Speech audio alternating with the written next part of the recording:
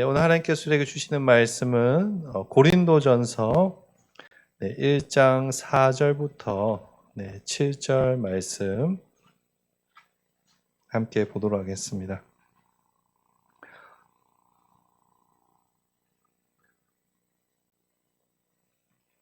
네, 다 찾으신 줄 알고 한 절씩 교독하겠습니다. 그리스도 예수 안에서 너희에게 주신 하나님의 은혜로 말미암아 내가 너희를 위하여 항상 하나님께 감사하노니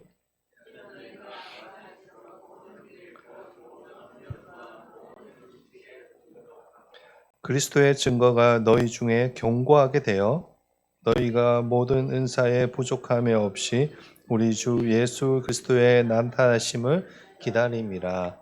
아멘. 우리 옆 사람에게 인사하겠습니다. 잘 오셨습니다. 네, 오늘 저녁에도 은혜 받으시기를 예수님의 이름으로 축복합니다. 네, 우리가 지난주까지 고린도전서 1장 1절부터 3절까지 말씀을 살펴보았고, 오늘부터는 또 4절부터 말씀을 생각해 보고자 합니다. 우리가 오늘 읽은 이 고린도전서 1장 4절부터 7절까지 보시면 사도 바울이 하나님께 감사하고 있습니다. 4절 뒷부분에 보시면 이렇게 적혀 있습니다. 내가 너희를 위하여 항상 하나님께 감사하노니. 여기서 항상 감사하다라는 말은 이 헬라어 원어의 성경의 뜻에 따르자면 쉬지 않고 감사하다라는 뜻입니다. 그러니까 4절 말씀은 바울이 고린도 교회를 향해서 고린도 교회를 생각하면서 예수님께 언제나 쉬지 않고 감사를 드리고 있다는 그런 이야기입니다. 바울이 하나님께 또 예수님께 이렇게 감사하는 이유가 무엇일까요? 방금 읽은 부분, 이 4절 앞부분에 보시면 그 이유가 적혀 있습니다. 그리스도 예수 안에서 너희에게 주신 무엇으로 말미암아? 하나님의 은혜로 말미암아. 바울이 하나님께 항상 쉬지 않고 감사하는 이유는 하나님께서 고린도 교회에 베풀어 주신 은혜 때문입니다. 다른 교회들에 비해서 고린도 교회는 하나님께 많은 은혜를 받은 교회입니다.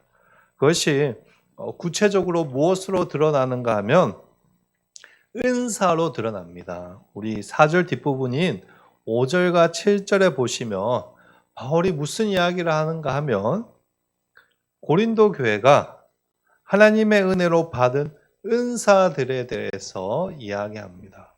먼저 5절 앞부분에 보시면 이렇게 적혀 있습니다. 이는 너희가 그 안에서 모든 일, 곧 모든 언변과 모든 지식에 풍족함으로.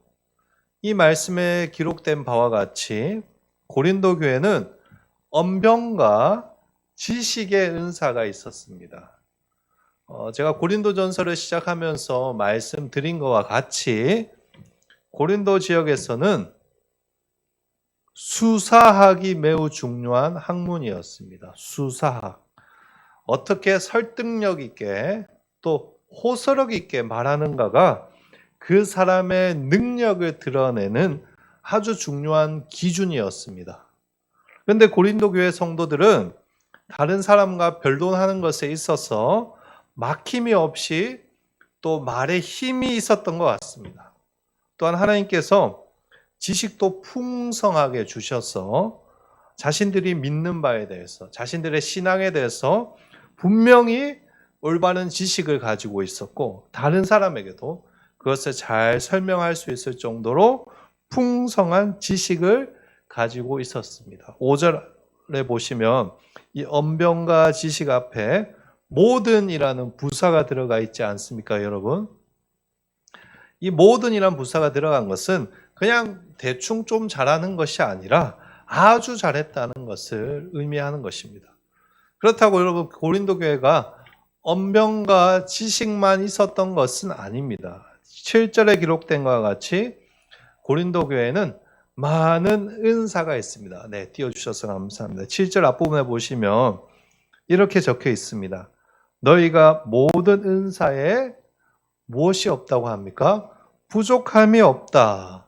그러니까 부족함이 없다고 말할 정도로 많은 은사들을 받았다는 것입니다. 우리가 나중에 고린도 후서에 가서 기회가 되면 살펴보겠지만, 고린도 전서에 가서, 그 12장에 가서 살펴보겠지만, 거기에 보면 이 고린도 교회가 받은 많은 은사들이 기록되어 있습니다. 예언하는 능력, 말씀을 전하는 능력, 또 방언하는 능력, 또 믿음의 능력, 또 치유하는 능력, 또 영을 분별하는 능력, 또 통역하는 능력, 이런 수많은 능력들이 고린도 교회에 있었습니다. 하나님이 그만큼 많은 은사를 주신 것입니다. 그렇다면 이 은사는 어떻게 얻었을까요? 그들의 노력에 의해서 얻은 것이 아닙니다. 기도를 열심히 하니까 하나님이 은사를 주신 것이 아니고, 열심히 말씀을 연구하다 보니까 은사를 주신 것도 아니고, 매일 교회 와서 막 연습을 해서 은사를 받은 것이 아닙니다. 하나님께서 은혜를 주셔서 은사를 얻은 것입니다. 방금 전에 살펴본 5절, 7절에 등장하는 이 은사라는 단어가 헬라어로 무엇인가 하면, 잘 들어보십시오. 카리스마라고 합니다. 카리스마. 우리가 저 사람 카리스마 있네 라고 할 때 쓰는 그 카리스마가 맞습니다. 어느 날 우리는 이 카리스마를 어떤 사람의 이 강렬한 아우라, 마동석 같이 이렇게 이런 사람이 나타나면 카리스마 있어 이렇게 표현하지만, 원래는 그런 뜻이 아닙니다.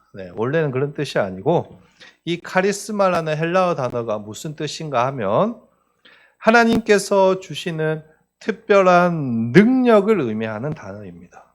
그래서 여러분이 집에 가셔서 시간이 되시면 네이버나 아니면 국어 사전에 검색하시면 카리스마 이렇게 검색하시면 예언이나 기적을 나타낼 수 있는 초능력이나 절대적인 권위라고 개석이 나와 있는 것을 보실 수 있을 것입니다.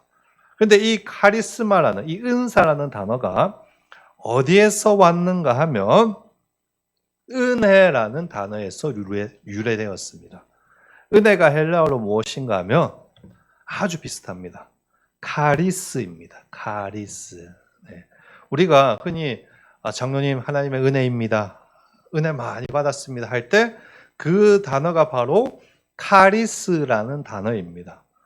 그러니까 은사인 카리스마가 이 은혜인 카리스에서 왔습니다. 정리하자면 하나님께서 은혜를 주셔서, 즉 카리스를 주셔서 은사, 카리스마를 받은 것입니다. 그래서 교회에서 은사를 다른 말로 뭐라고 하죠? 은혜의 선물, 선물이라고 하는 것입니다. 고린도 교회는 아까 우리가 살펴본 것과 같이 하나님께 많은 은사들을 받은 그런 교회였습니다. 그래서 바울이 고린도 교회를 향해서 하나님께서 너희들에게 이렇게 많은 은혜를 부어주셨다라고 감사하는 것입니다. 다른 교회들에 비해서 너희가 이렇게 많은 은사를 가지고 있는 것은 하나님이 너희를 특별히 사랑하셔서 은혜로 주신 것이다. 너희에게 이렇게 많은 은혜를 주신 하나님께 내가 감사한다라는 그 말을 4절에서 하고 있는 것입니다. 그런데 여러분, 사실 이 바울의 이러한 감사는 매우 의도적인 것입니다. 왜냐하면 고린도 교회가 직면하고 있는 상황 때문이었습니다. 당시 고린도 교회는 은사 문제 때문에 서로가 아주 치열하게 싸우고 있는 그런 상황이었습니다. 고린도전서에서 바울이 여러 가지 문제들을 다루지만 그 중에서도 가장 많이 다루는 것 중에 하나가 바로 은사의 문제입니다. 고린도 교회 성도들이 하나님께 받은 그 풍성한 은사로 무엇을 하였는가 하면 예수님을 높이고 교회의 덕이 되는 행동을 하는 것이 아니라, 내가 이런 은사를 가졌으니 내가 너보다 찬양 잘하니까 내가 너보다 높고, 내가 이런 은사를 가졌으니 내가 너보다 하나님께 더 귀하고 존귀하게 쓰임받는 사람이야. 이렇게 서로가 자기를 내세우고 내가 너보다 높다라고 싸우고 있었습니다. 그런 상황에서 바울이 고린도 교회에 편지를 보내는데 먼저 무엇을 해야 정상일까요, 여러분? 책망을 하고 교훈을 해야 되는 것입니다. 우선적으로. 그게 상식인데 바울이 그렇게 하지 않습니다. 이 사람들아, 너희가 언제부터 하나님께 받은 이 풍성한 은사들 가지고 이렇게 싸우고 있었느냐? 그렇게 하면 안 돼. 사람들이 왜 이렇게 변했어? 이렇게 말하지 않고 이 상황에서 바울이 편지를 보내면서 우리 지난주에 살펴본데요. 인사말을 하고 나서 바로 무엇을 하는가? 그래도 나는 감사하다라고 고백하고 있는 것입니다. 혼내지 않습니다. 비판하지 않습니다. 감사합니다. 그래서 일부러 의도적으로 그렇게 하는 것이라고 제가 말씀드리는 것입니다. 제 생각이 아니라 학자들이 그렇게 해석을 합니다. 의도적인 감사를 통해서 나는 너희들이 부족한 모습을 하였을지라도 그거와 상관없이 너희들에게 그러한 은사를 주신 그 하나님의 은혜를 생각하며 감사할 수 있다라는 것을 보여주는 것입니다. 이와 같이 바울은 고린도 교회 문제에 대해서 날카롭게 비판하고 책망하기보다는 가장 먼저 그들에게 무엇을 이야기하는가? 하나님께 받은 그 은혜를 이야기하는 것입니다.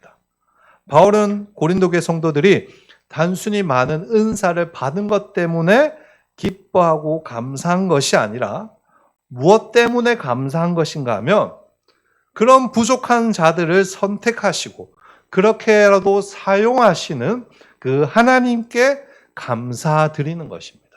우리 이어서 오늘 말씀 6절 말씀인데요. 우리 6절 말씀을 같이 한 목소리로 읽어보도록 하겠습니다.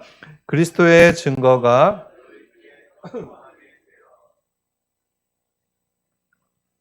이 방금 읽은 6절 말씀은 바울이 4절에서 감사하는 것의 연장선에 있는 것입니다. 따라서 6절은 바울이 하나님께 계속해서 감사하는 내용인데요. 6절 말씀에 보시면 그리스도의 증거가 너희 중에 견고하게 되어라고 하고 있습니다. 이것은 아까 살펴본 5절과 관련된 말씀입니다. 5절에 보면 무슨 은사가 있다고 했죠? 언변과 지식의 은사가 나오는데 이 은사를 통해서 이제 그리스도의 증거가 어떻게 되었는가? 더 견고하게 되었다는 말씀입니다. 즉 너희들의 그 은사를 통해서 고린도 교회 안에 예수에 대한 그 믿음이 더 확고하게 되었고 예수가 더 드러나게 되었으니 나는 그것만으로 감사하다라는 것입니다. 여기서 바울이 무엇에 대해서 감사하는가? 하나님이 그들을 통해서 하신 그 일에 대해서 감사하는 것입니다. 그러니까 아까 살펴본 4절 말씀과 연결시키면 어떻게 되는가 하면 바울이 고린도 교회에 은사를 주신 하나님의 은혜에 감사할 뿐만 아니라 이제 그 은혜를 통해서 하나님께서 일하고 계신다는 그 자체에 감사하고 있는 것입니다. 이처럼 바울은 여전히 불완전하고 부족하지만 그럼에도 고린도 교회를 통해서 역사를 이루시는 그 하나님께 감사했습니다. 결국 오늘 말씀에서 바울은 모든 것을 은혜로 주시고 모든 것을 은혜롭게 진행하시는 누구에게 초점을 맞추고 있는 것입니까?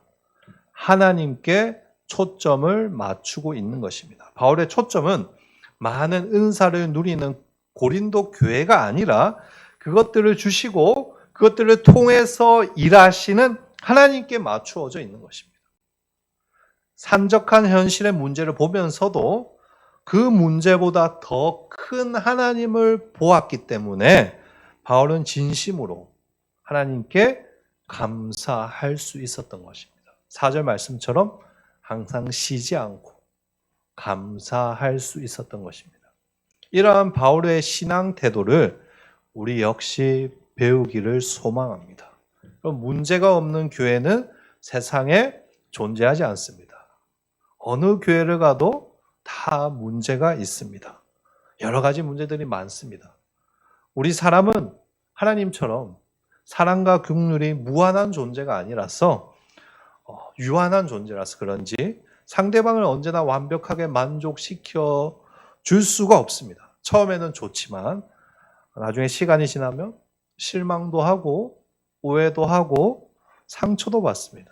지금이야 괜찮지만 시간이 지나면 서로에게 못마땅한 모습도 보이고 실망도 할 수 있습니다. 저 서지만 목사가 영 시원치 못하고 못마땅해질 수도 있는 것이고, 맞죠?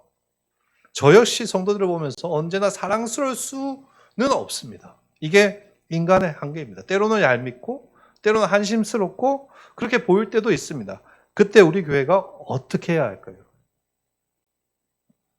사람이 아니라 바울과 같이 누구에게 초점을 맞춰야 합니까? 하나님께 초점을 맞춰야 됩니다. 그때 우리 안에 이 올라오는 이 원망과 불평을 가라앉히고 오히려 하나님께 바울과 같이 항상 감사할 수 있습니다. 여러분, 사람을 보면 걱정이 되고 불안하지만 그 사람이 아니라 그래도 그 부족한 사람을 은혜 가운데 불러주시고 은사를 주시고 그래도 일하시는 그 하나님께 초점을 맞추면 오히려 기대가 되고 감사할 수 있는 것입니다.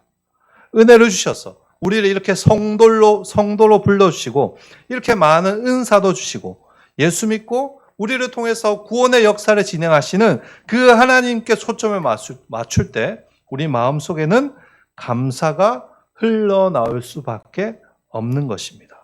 하나님께서 원하시는 교회는 서로를 향해서 이게 옳고 이게 틀리다라고 그것만 따지는 그런 교회가 아니라 서로의 약점까지도 안아주고 칭찬하며 하나님께 서로를 보며 감사할 수 있는 그런 교회입니다.